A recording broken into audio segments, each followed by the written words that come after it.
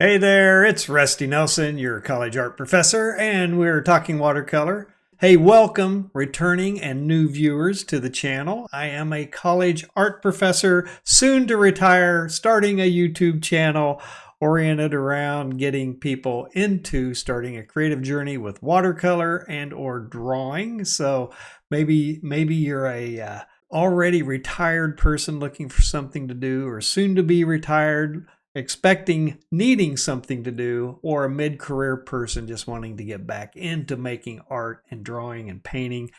This channel hopefully is for you, and I'll be answering a lot of questions that might come up as you begin this journey and start being creative. So anyway, that's kind of what I do for this channel, and what this little podcast, vlog, whatever this thing is for me, it's a bucket. It's a bucket for me to practice.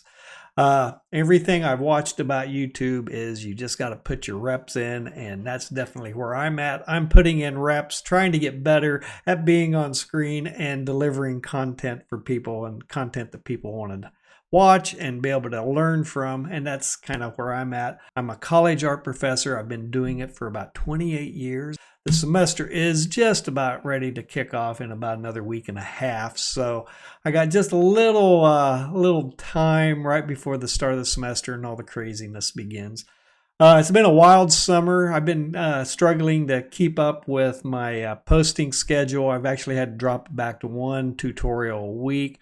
I hope to get back to doing a drawing and a watercolor tutorial every week. So definitely tune into the channel and see what I'm going to be doing. I use this vlog as a means to get feedback from my audience as well, whether or not I'm explaining things correctly or addressing issues that they might be making comments about in my videos. And that always helps because it leads into really good updates and videos that I can produce and get out there for everybody to learn from. So that's what I'm doing, and hopefully I'm creating and providing some value and some content that people like and have been enjoying. So I do have some pretty regular viewers, so thank you all for coming in there, and I do have some Patreon supporters as well, and thank you very much for coming in and giving me that $5 a month membership just for doing these videos, my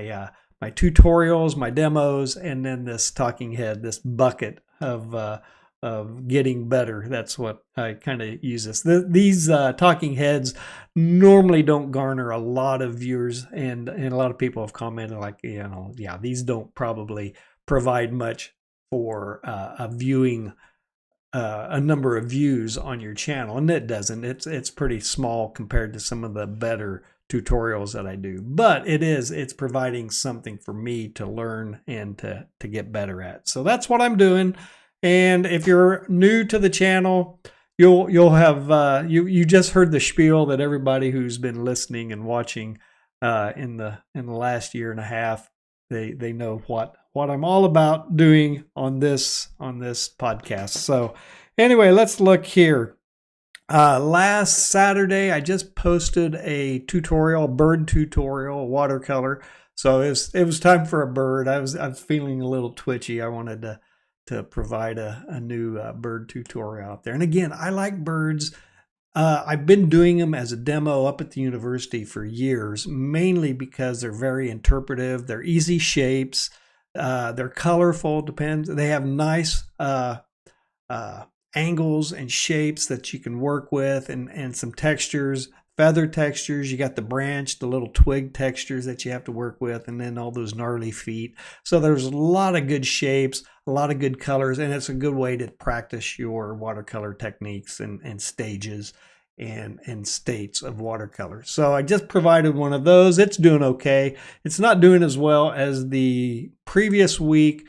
I did a tutorial on Loomis and Reilly with the intent to answer a question from a frustrated viewer, and I got a new comment on that tutorial. It was about, the question was how big to make the head, and I don't think I quite understood the question. So somebody left a new comment, might have been the same person, New comment, it needs to relate to how big to make the head when using reference, especially when there's a lot of hair and maybe the hair's covering up ears and everything. How do you know what size to start that initial circle if you're working with the Loomis method?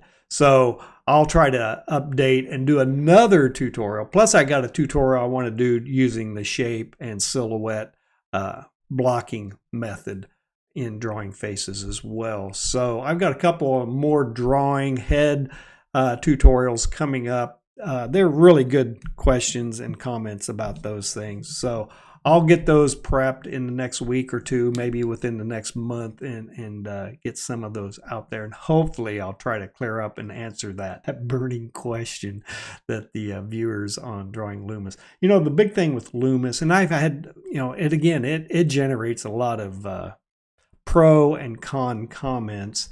Whenever I'm just using, especially the tutorials, the big one that I did like 11 months ago, and then this recent one, it's doing really pretty well as well. I'm just, blocking out the structure that you can then build a face on. And I do build a face on that structure, but it's pretty fugly, right? It just looks like hell. So yes, whenever I'm drawing the guides and then just applying a face to it, that face normally doesn't look very good. Everybody always comments that it looks like me. I'm drawing myself, and that's not unusual. I see that all the time when the students are also drawing and working with the Loomis.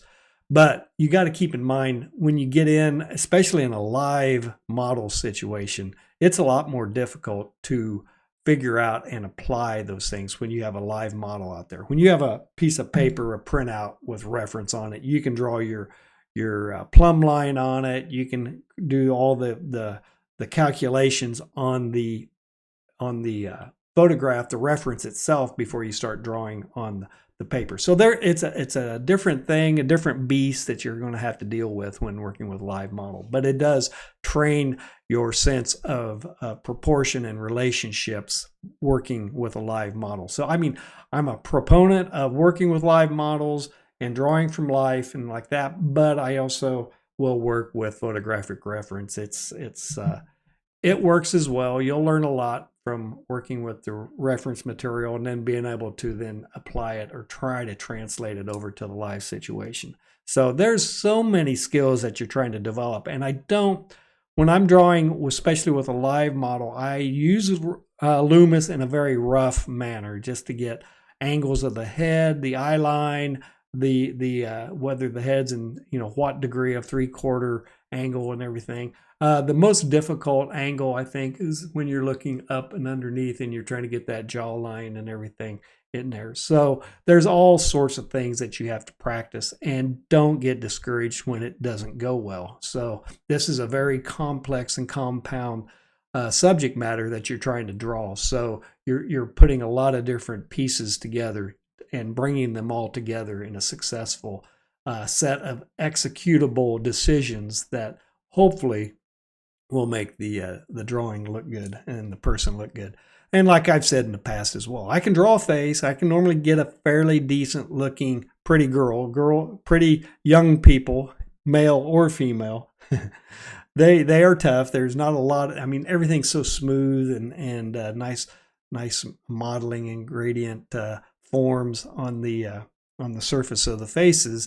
So you have a lot of subtleties to work with. So I definitely recommend finding an old craggy, if you're in my age range, doing that self-portrait where you have a lot of how my face is a roadmap for Reilly method and all of the various rhythms in the face. So, get a mirror out, draw yourself, do self-portraits, or find some older people with lots of craggy lines and things to kind of give you some little relief on being so precise and perfect. So, but yeah, I catch a likeness every so often, especially in the live modeling situations. Every so often I can catch a pretty good likeness, but it's not reliable in my case. I just don't do it enough. And that's one of the key things. If you're determined to be a good face artist, a portrait artist, you need to be doing this daily and for several hours a day as well. So you're building muscle memory and just that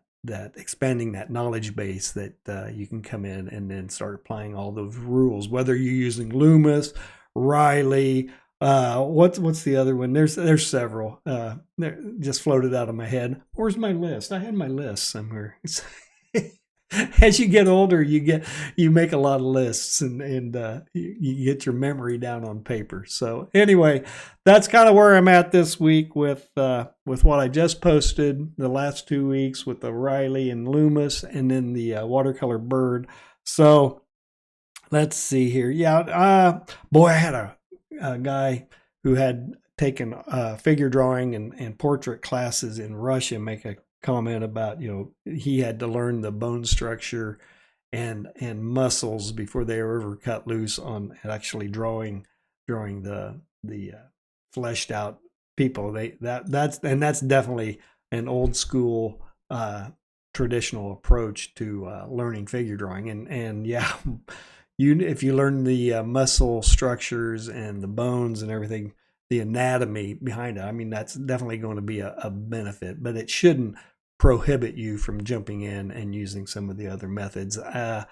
I'm definitely a proponent of figuring out and working with and trying out any range of methods and processes that will help inform you as to how to draw and to get better at being able to draw people. So it doesn't preclude you drawing people if you don't know the anatomy. You just have to really rely carefully and heavily upon your observation skills. So anyway, oh yeah, and then another comment was why we don't teach. I think it's the intercross method and the plumb line method. And I think I addressed this last week in Talking Watercolor, that a lot of state institutions or art programs, if you're not an art school or doing anything to that degree, you're probably only going to have one figure drawing class that's required, and to spend that amount of time in a traditional anatomy and bone structure approach, you just won't get far enough into the subject matter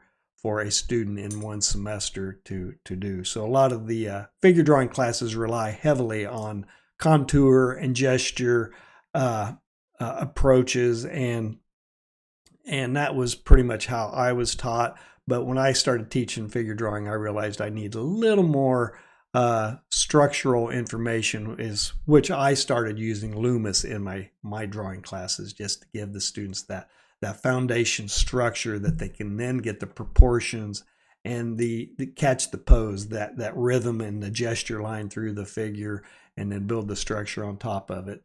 And that typically within the course of a semester would give me some pretty good results with the students learning how to be able to draw a figure. Not that they're experts by any stretch of the imagination, but it gives them the confidence, I think, to go and delve deeper into figure drawing and look into more traditional things. And I'd always have some students who were interested in taking it the anatomy and bone skeletal structure approach. So, and others were just happy as a clam to work with Loomis and get in there and get more expressive with gestural marks and force marks. So there's so many ways of drawing a figure. So, and that's pretty much all this episode of Talking Watercolor has been about, drawing figures.